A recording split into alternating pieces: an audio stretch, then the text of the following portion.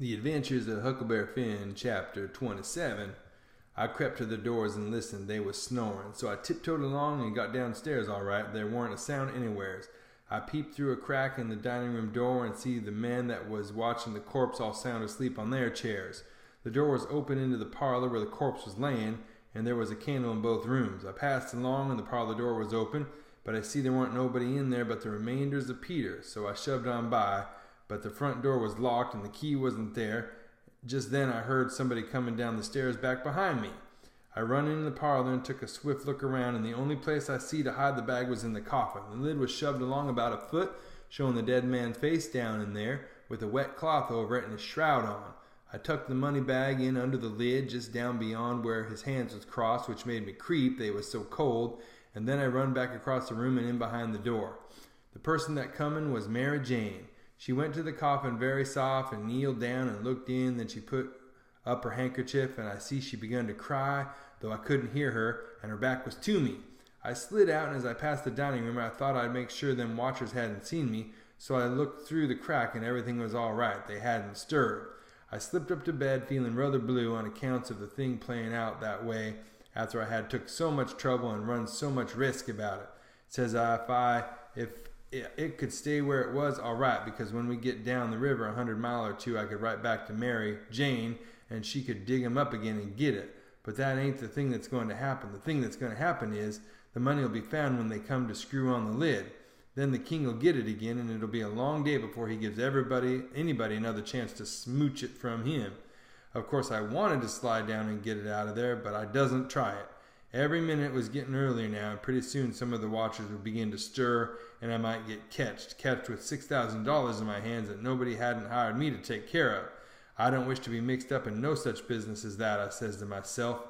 When I got downstairs in the morning, the parlor was shut up and the watchers was gone, but there weren't nobody around but the family and the widow Bartley and our tribe. I watched their faces to see if anything had been happening, but I couldn't tell.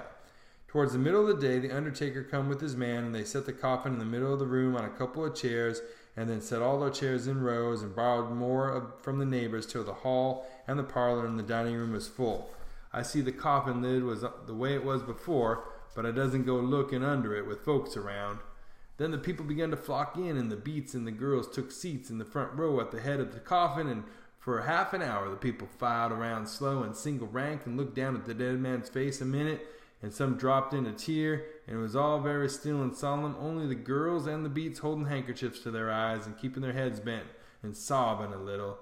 There weren't no other sound but the scraping of the feet on the floor and blowing noses, because people always blows them more at a funeral than they do at other places except church.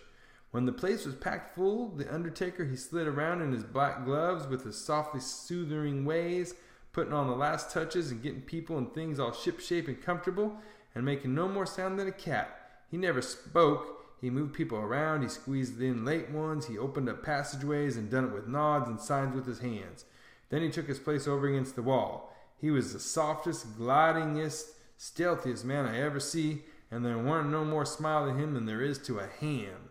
They had borrowed a melodeon, a sick one, and when everything was ready, a young woman sat down and worked it, and it was pretty squeaky and colicky, and everybody joined in and sung, and Peter was the only one that had a good thing, according to my notion. Then the Reverend Hobson opened up, slow and solemn, and began to talk, and straight off the most outrageous row busted out in the cellar a body ever heard.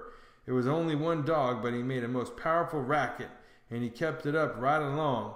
The parson, he had to stand there over the coffin and wait. You couldn't hear yourself think. It was right down awkward, and nobody didn't seem to know what to do.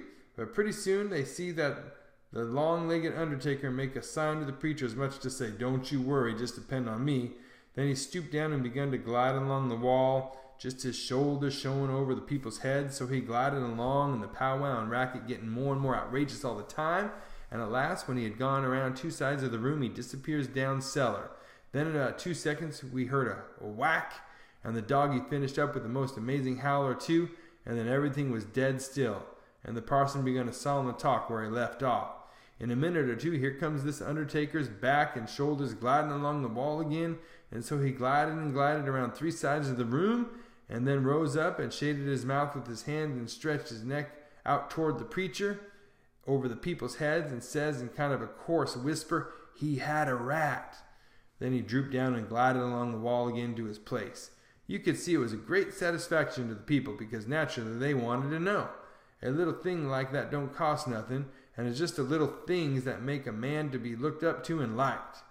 There weren't no more popular man in that town than what that undertaker was. Well, the funeral sermon was very good, but pizing along and tiresome, and then the king he shoved in and got off some of his usual rubbish, and at last the job was through, and the undertaker began to sneak up on the coffin with the screwdriver. I was in a sweat then and watched him pretty keen, but he never meddled at all, just slid the lid along as soft as mush and screwed it down tight and fast. So there I was. I didn't know whether the money was in there or not. So says I, suppose somebody has hogged that bag on the sly. Now how do I know whether to write Mary Jane or not? Suppose she dug him up and didn't find nothing, what would you think of me?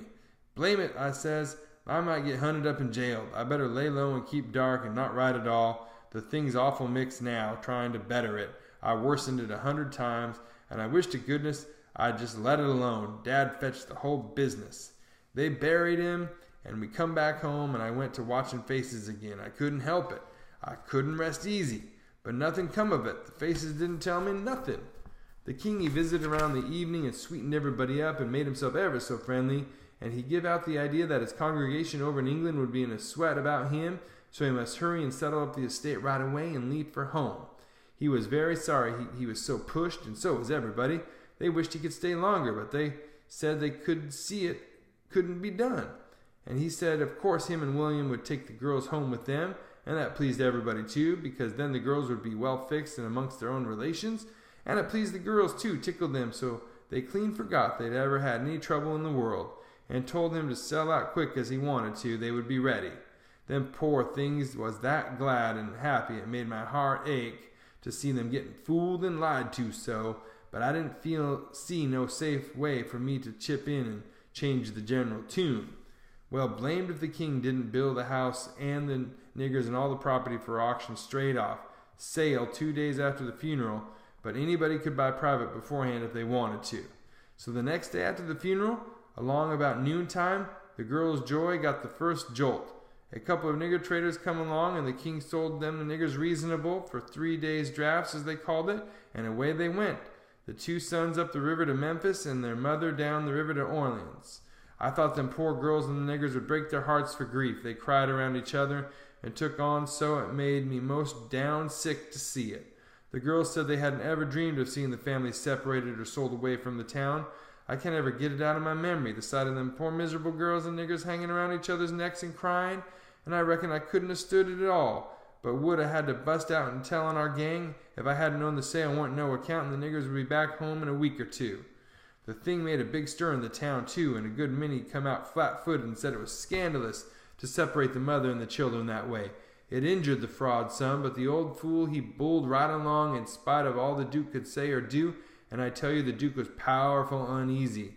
Next day was auction day. About broad day in the morning, the king and the Duke come up in the garret and woke me up, and I see by their look that there was trouble. The king says, "Was you in my room night before last?" "No, your majesty," which was the way I always called him when nobody but our gang weren't around. "Was you in there yesterday or last night?" "No, your majesty." "Honor bright now, no lies." "Honor bright, your majesty, I'm telling you the truth. I haven't been near your room since Miss Mary Jane took you and the Duke and showed it to you." The Duke says, "Have you seen anybody else go in there?"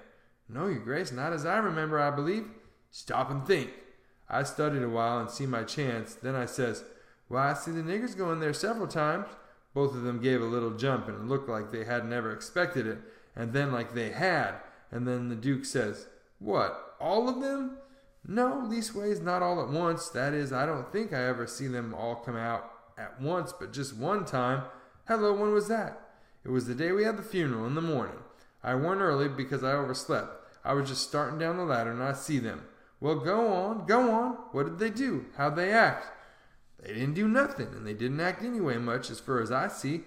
They tiptoed away, so I seen, easy enough, that they'd shoved in there to do up your majesty's room or something, supposing you was up, and found you weren't up, and so they was hoping to slide out of the way of trouble without waking you up, if they hadn't already waked you up."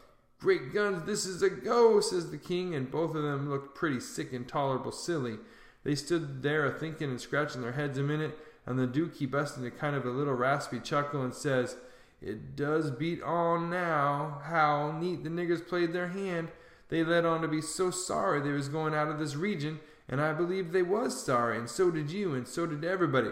Don't ever tell me that any more that a nigger ain't got any histrionic talent. Why, the way they played that thing, it would fool anybody. In my opinion, there's a fortune in 'em. If I had capital in a theater, I wouldn't want a better layout than that. And here we've gone and sold 'em for a song. Yes, and ain't privileged to sing the song yet. Say, where is that song, that draft? In the bank for to be collected. Where would it be? Well, that's all right then, thank goodness. So says I, kind of timid like, is something gone wrong? The king whirls on me and rips out, none of your business. You keep your head shut and mind your own affairs if you got any. Long as you're in this town, don't you forget that, you hear? And then he says to the Duke, we got to just swaller it and say nothing. Mum's the word for us. And as they were starting down the ladder of the Duke, he chuckles again and says, quick sales and small profits. It's a good business, yes. The king snarls around on him and says, I was trying to do for the best selling 'em out so quick. If the profits has turned out to be none, lacking considerable, and none to carry, isn't my fault any more, it's yourn? Well, they'd be in this house yet, and we wouldn't if I could have got my advice listened to. The king sat back as much as was safe for him, and then swapped around and lit into me again. He give me down the banks for not coming and telling him I see the niggers come out of his room acting that way.